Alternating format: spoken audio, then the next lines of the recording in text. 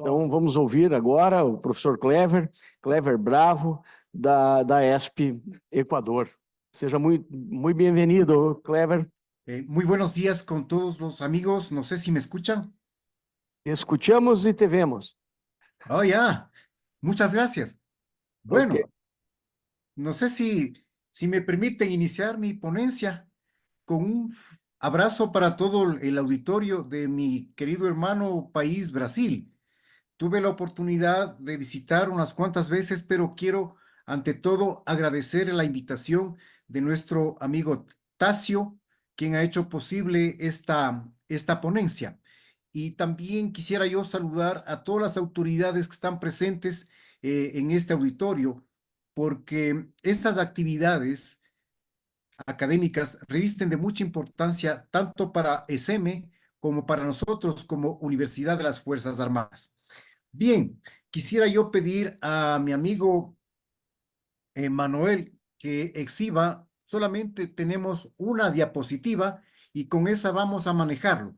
No sé si este momento me puede ayudar, Manuel, con exhibiendo la diapositiva. Ajá. Bien, entonces, con este título que nosotros podemos ver, el narcotráfico y la narcoguerrilla y fronteras en el Ecuador, un caso de estudio. Bien, nosotros como vemos en la diapositiva, tenemos 5 puntos a tratar, por lo tanto quisiera que ustedes me disculpen porque mi portuñol no es tan bueno, pero voy a ser un poco más pausado para ser un poco legible en nuestra comunicación. Primero, como podemos ver, tenemos un antecedente del conflicto, es un estudio histórico reciente. Después vamos a hablar de los atentados que dieron inicio a todo este conflicto que actualmente nosotros estamos atravesando como país. Una fecha también muy importante es el 9 de enero del 2024.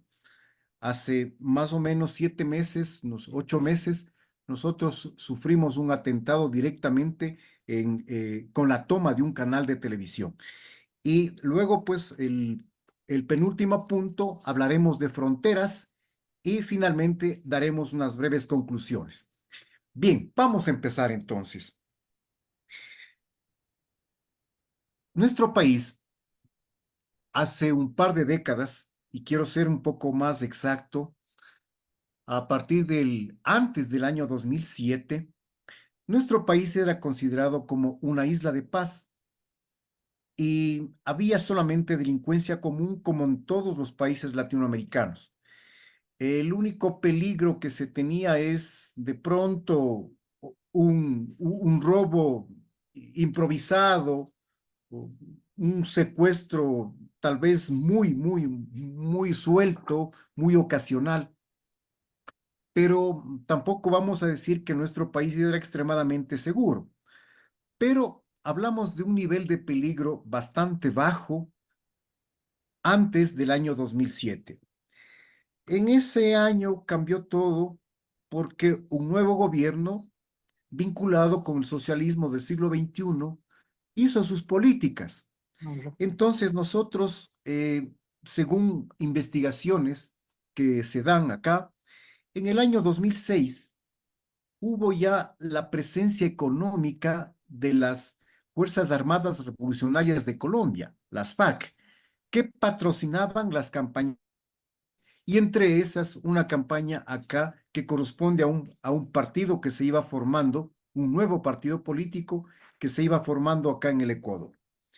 Entonces, para ser preciso en las cifras, hubo un caso y un informe totalmente inédito, da a conocer de que un familiar de un candidato recibió $400,000 por parte de las FARC para patrocinar la campaña. Entonces, esa campaña obviamente fomentó ciertos compromisos para quienes iban a ganar esas elecciones. Y efectivamente, en el 2007 asumieron el poder en ese año. Aquel partido se llamó Alianza País. Y en el año 2007, ¿cuál fue su bandera política inmediata cuando ellos tuvieron una razón para ganar las elecciones? Uno de los principales elementos de convencer a la población ecuatoriana fue precisamente una nueva constitución. Convocaron a una nueva constitución y esa constitución fue aprobada después de un plebiscito. En el año 2008 se da una nueva constitución, como estamos comentando, la 20ª constitución en la historia de nuestro país, porque nosotros a partir del año 1830 nos constituimos como Estado independiente. Ahora, ¿qué pasó con esa constitución?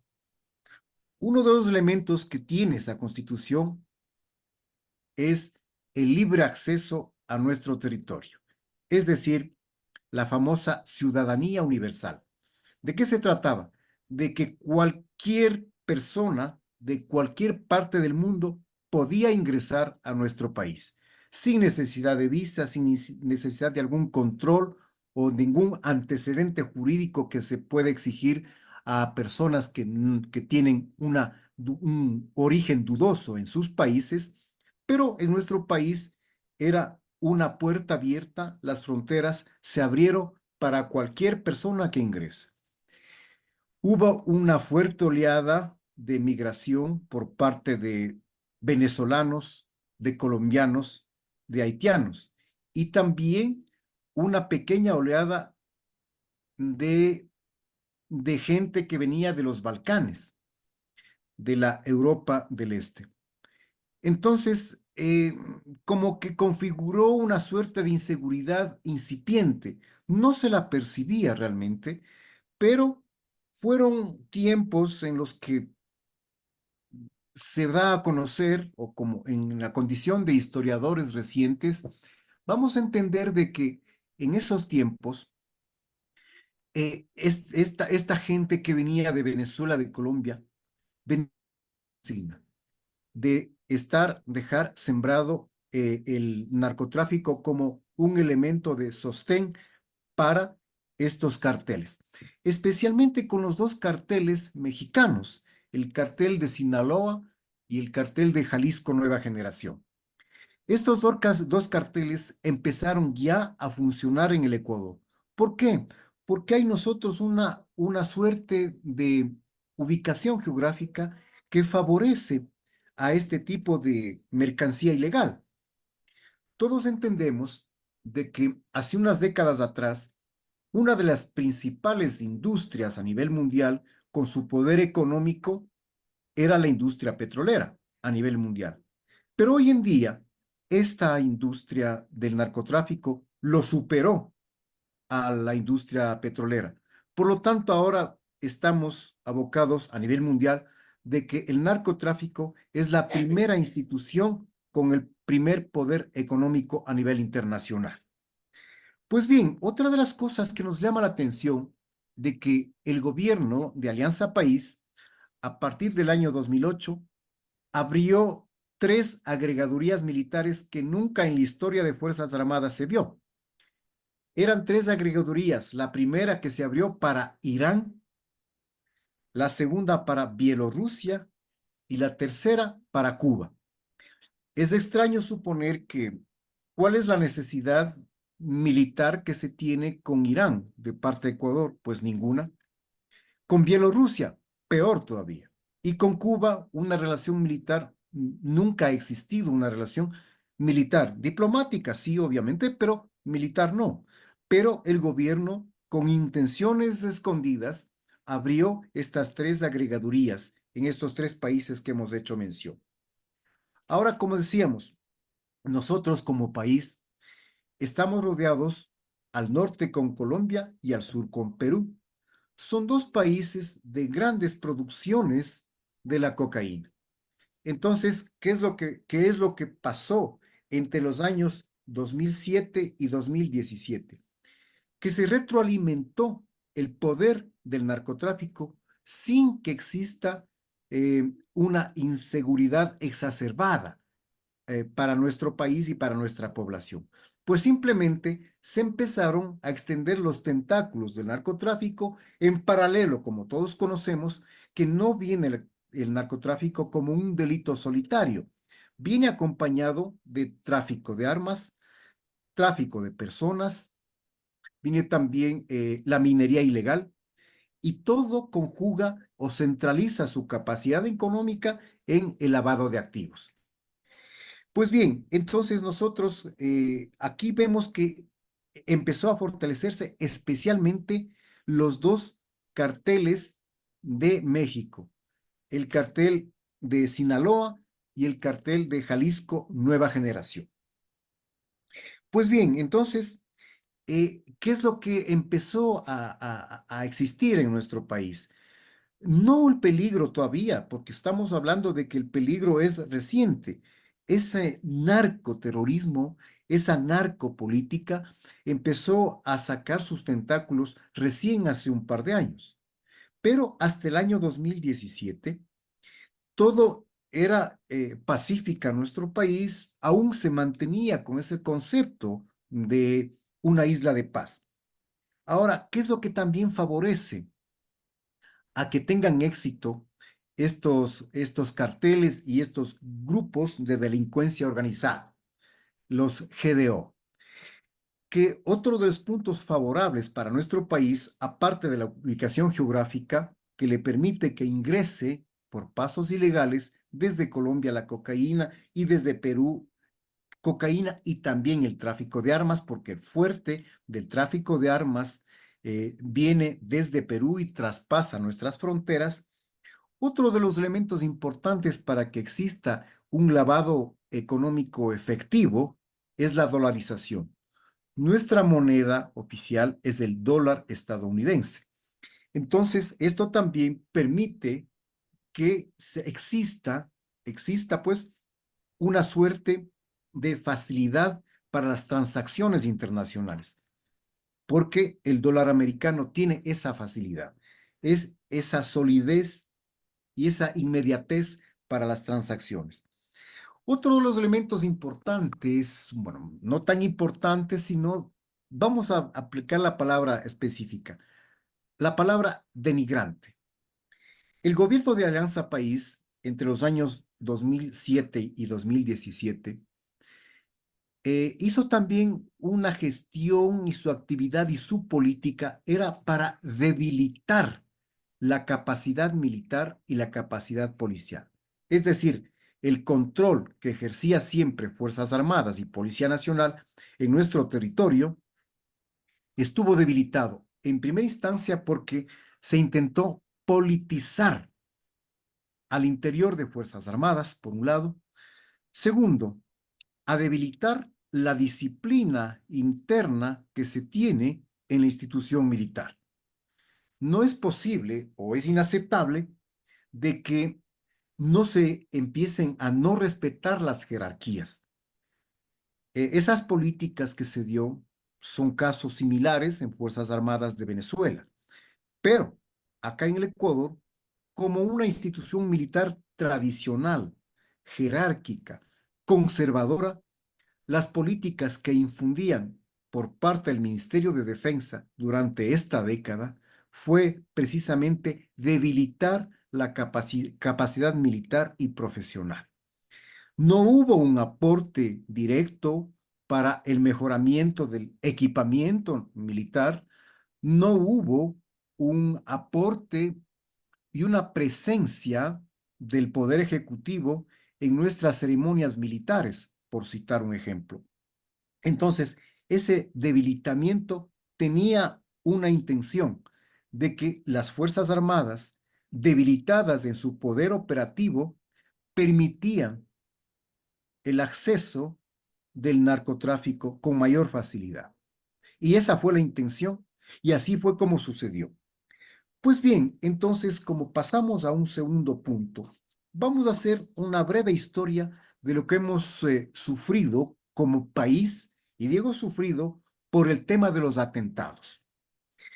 Empezamos con que en el año 2017 terminó el gobierno de Alianza País, tomó la posta otro gobierno de la misma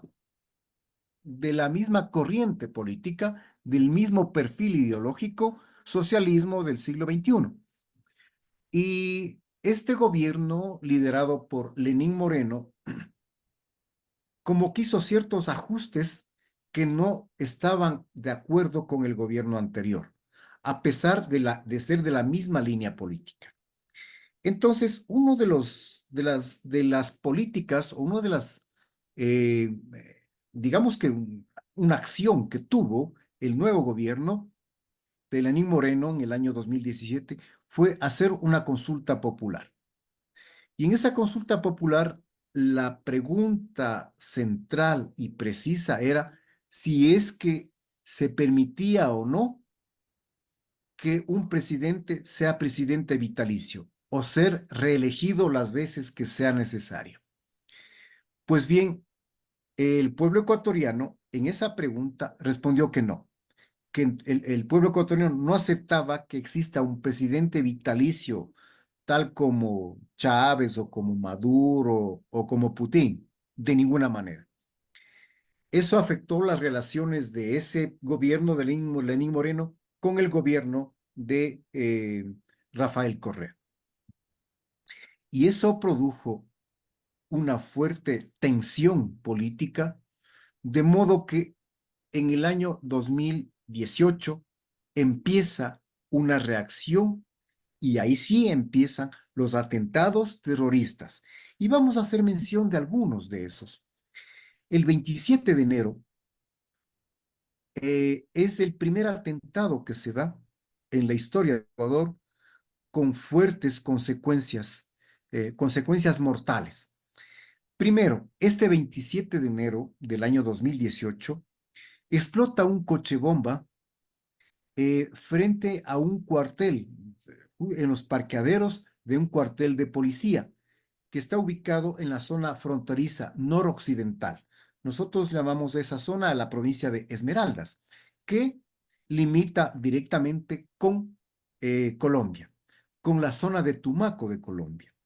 Entonces, en esa explosión se da la destrucción del cuartel. No hubo muertos, pero hubo 23 heridos y 37 viviendas que fueron destruidas. Un segundo atentado que se da es el 26 de marzo del año 2018 y es una explosión de un artefacto explosivo que fue en esa misma provincia. En esa misma provincia, en un punto geográfico que se llama Mataje, hubo una explosión y ahí mueren 3 infantes de marina y 7 personas quedan heridos. Entonces ya hay un segundo atentado, pues repito nuevamente, estos atentados no eran conocidos en nuestro país hasta esa fecha. Pues bien, entonces ahí vamos a que los atentados venían con menor escala, pero eran seguidos, de modo que ya no era la zona fronteriza la que se imponía en estos atentados. Ya el 29 de mayo del año 2019 hubo 2 explosiones frente a la Universidad de Guayaquil. Entonces ya van con la parte educativa, es decir, la parte universitaria también se veía amenazada por este tipo de atentados. Entonces, ¿quiénes fueron los autores? Bueno, los autores fueron precisamente estos carteles que estaban presentes y sobre todo porque se iba configurando ya un nuevo, vamos a decirlo de una forma bastante injusta, un término bastante injusto, un nuevo ejército de narcoterroristas que llegaron a configurarse en un número de 50.000 miembros pertenecientes a 22 bandas que eran ya en la práctica los grupos de delincuencia organizada, ya de carácter internacional. Y no es que estaban organizados, estaban muy bien organizados para hacer ya estos atentados. Eh, otro de los otra de las manifestaciones de terrorismo que se dio en nuestro país fue en el mes de octubre del 2019. Y vamos a ser específicos en este evento.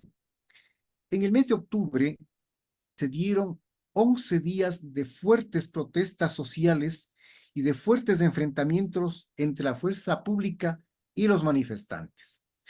Normalmente, todos los países latinoamericanos tenemos en nuestra historia grandes manifestaciones, protestas sociales, pero esas protestas sociales han sido de carácter pacífico, han sido organizadas por gremios, los trabajadores, los estudiantes, y esas protestas han sabido conseguir los objetivos, pero de una forma pacífica. No así en este mes de octubre, que fueron 11 días que podríamos definirlo como combates urbanos. ¿Por qué? Porque ya existía, primero, armas caseras que herían a miembros de la fuerza pública, policía y ejército.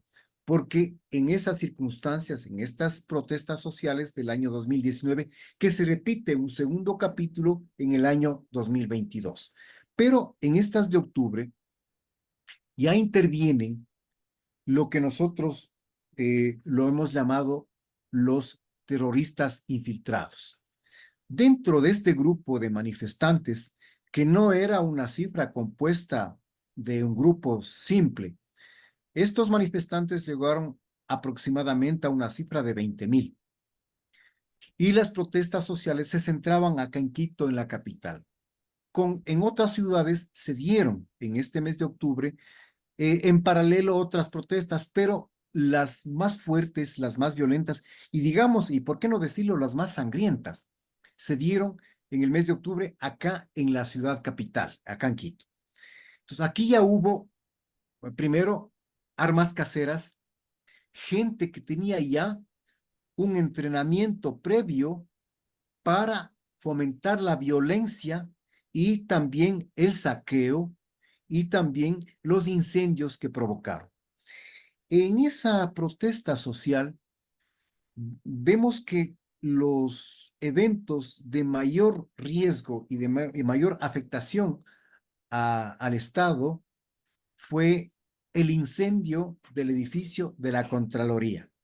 Y este incendio tiene un telón de fondo, porque en ese edificio existían toda la información y todo el seguimiento que se daba para los actos de corrupción que estaban pendientes y que tenían que responder ante la justicia. Entonces, ¿qué es lo que pasó un día 12 de octubre del año 2019? Que manifestantes especializados en incendios de edificios ingresaron a este edificio de la Contraloría General del Estado y lo incendiaron. Y el edificio, el piso 5, que era donde existían todo el archivo, ese piso fue incendiado en ese día. Fue ya una misión específica que estos incendiarios tuvieron que cumplir. Fueron apresados, pero no fueron detenidos, pero la mayoría eran menores de edad y también pertenecían a unas etnias indígenas de nuestro país, de las 13 etnias y pueblos indígenas que nosotros tenemos acá en el Ecuador. Por ser menores de edad y por ser, por pertenecer a una etnia indígena, fueron liberados sin que exista una investigación y sin que exista un conocimiento, una difusión y una información de quiénes eran los autores intelectuales de este hecho, de este incendio a la Contraloría.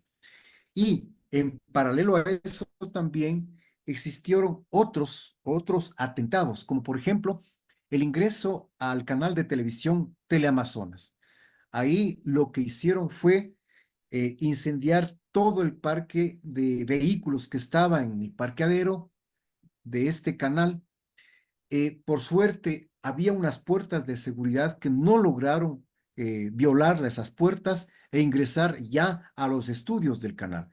Pero, sin embargo, dejaron incendiados una cosa de 30 vehículos que estaban al interior de este canal, del parqueadero. Entonces, este fue también una suerte de amenaza directa Es decir, indirectamente había una voz que ellos decían, nosotros estamos con el poder y difundan a través de este canal de televisión, como así lo hicieron.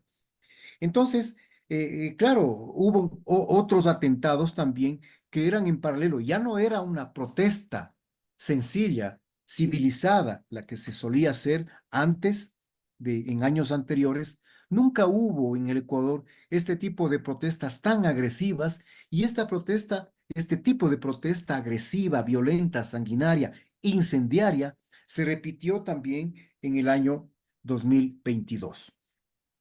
Pues bien, entonces ahí empieza también ya avanzando en un orden cronológico, vemos que en febrero del año 2021, nuestro país tiene 36 centros carcelarios, 36 cárceles en las que hubo entre 18, a ver, entre el año febrero del 2021 a junio del 2022, hubo 14 masacres en las cárceles, con un saldo de 459 muertos asesinados al interior de las cárceles.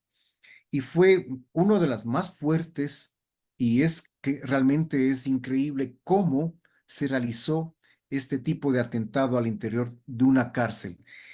El Profesor, 29 de discúlpame septiembre del año 2000, tenemos 5 minutos, ¿ok? ya, 5 minutos más. Cinco Vaya, minutos más. uy, bueno, ya, perfecto. Vamos, entonces voy a pedir esos 5 minutos a hacerlo lo más pronto posible. Estos 14 masacres sentaron un precedente también de una violencia y una crueldad extrema. Eh, Presos que amanecían colgados, asesinos que su corazón se exhibía en las manos del narcoterrorista, del preso. Y bueno, esto también fomentó ya una violencia, pero desde las cárceles no solamente eran las masacres internas, porque los atentados que se iba hasta nuestra sociedad ecuatoriana iban y salían desde las cárceles. Desde ahí se organizaba y se emitía los atentados, sean estos secuestros, sean estas las famosas vacunas, las extorsiones y también los asesinatos. Porque otra actividad que se da o que se vio en nuestro país es precisamente este, las, el sicariato, que ha sido otro oficio ilegal que se fomentó en nuestro país. Lo del tema de las fronteras, pues hemos de considerar que ese ha sido siempre y con más peso en los últimos años el ingreso tanto de la cocaína por parte de Colombia como el narcotráfico de armas y cocaína por parte del Perú o desde el Perú. Con Colombia compartimos una frontera que va entre los 589 kilómetros cuadrados. Con Perú es más abierta porque va en el frente oriental y en el frente sur, sumando 1529 kilómetros de frontera. ¿Qué se da también acá? Aparte del narcotráfico, aparte del tráfico de armas, también se da el tema en estas fronteras también hay el famoso contrabando. Prácticamente estamos hablando de un mercado ilegal. Evade impuestos, falsifica etiquetas, falsifica declaraciones aduaneras. Y bien, bueno, contando con los que debo tomar en cuenta los 5 minutos, voy a ir directamente a unas conclusiones. Nuestro país en el año 2023 cerró con una cifra de 47 muertes violentas, 47 muertes violentas por cada 100.000 habitantes. Y bueno, esto da a entender de que estas 22 bandas, grupos de delincuencia organizada, han configurado un ejército de 50.000, cosa que jamás en la historia del Ecuador se ha visto este tipo de amenaza. Ahora, de lo que éramos un país de paz, ahora se vuelve uno de entre los tres países más inseguros a nivel Latinoamérica. el 9 de enero, y aquí es muy importante ver que es el antes y el después. El 9 de enero del presente año, del 2024, un grupo de narcoterroristas invadieron el canal de televisión TC en la ciudad de Guayaquil. Y fue la expresión de ellos de decir, ahora nosotros tenemos el poder. La reacción inmediata del gobierno actual, fue elaborar el decreto 111. Y ahí les declara objetivo militar. Es decir, a partir de esa fecha, las Fuerzas Armadas y la Policía Nacional reforzó el control y sobre todo el control directo de las cárceles. Nuestras Fuerzas Armadas están actuando directamente en el control de las cárceles, de los 36 cárceles que nosotros tenemos en el Ecuador. Ahora, ¿cuál es el papel de las Fuerzas Armadas que nosotros tenemos? Es ese. Ahora, el control interno, la seguridad interna de nuestro país, y a partir de el mes de enero, que ya se dio una guerra abierta en contra de los grupos de delincuencia organizada, nosotros hemos visto que ya existe una relativa calma, pero no del todo, porque siguen habiendo atentados, siguen habiendo secuestros, vacunas, siguen, pero con menor escala. Es decir, un control directo, un control, por decirlo, una suerte de actitud coercitiva en contra de estos grupos. Aparte que también las leyes están ya amparando al papel de la fuerza pública en la seguridad interna. Yo creo que con estos 5 minutos que hemos tenido, hemos visto que ahora, con la declaración de que este es un conflicto armado interno, bajo un estado de excepción en lo que seguimos viviendo, y estas 22 bandas que están una parte en las cárceles y otra parte, el grueso, que están fuera, la mayor parte de eso está ubicado en la costa ecuatoriana, en el perfil costanero, el que da al frente al Océano Pacífico, porque la gran parte, el 80-90% de la droga que viene de Colombia y de Perú, sale por nuestras costas vía marítima, y claro, todos conocemos que su destino es Centroamérica, Estados Unidos y Europa. Entonces, con este decreto 111 y con la actitud del presente gobierno, el presidente ha tenido de tener una mano dura frente a estas 22 bandas, ha hecho posible que baje el tono, baje el nivel de peligrosidad que nosotros tuvimos hasta el día 9 de enero del 2024. Con esto creo que he terminado mi exposición, y gracias por esos 5 minutos que me han concedido. Muchas gracias.